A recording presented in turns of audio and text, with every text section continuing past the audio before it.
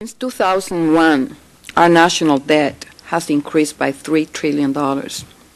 Factors such as tax policy and spending has been responsible for that increase. What impact is there on small businesses when the government has such a large debt? Well, there are several issues here, which is if debt expands too much, it actually can eventually impact on interest rates, raise interest rates. And clearly, higher interest rates make it harder to finance investments, and so can impact on small businesses.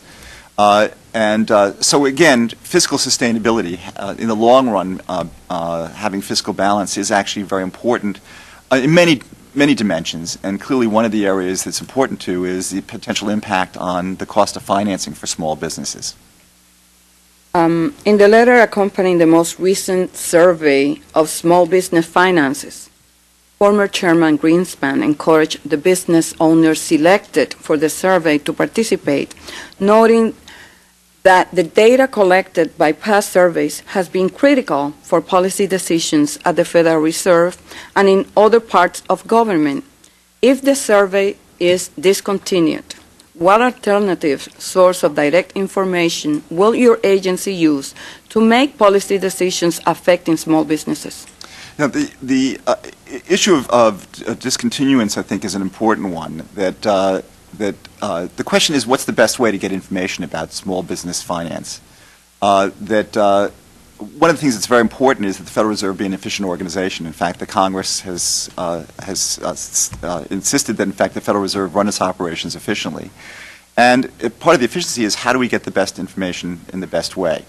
The Federal Reserve has taken the view that we can do better by actually getting information, by getting it from the Survey of Consumer Finances. And that the advantage to that survey is that it's more frequent. It actually happens every 3 years rather than every 5.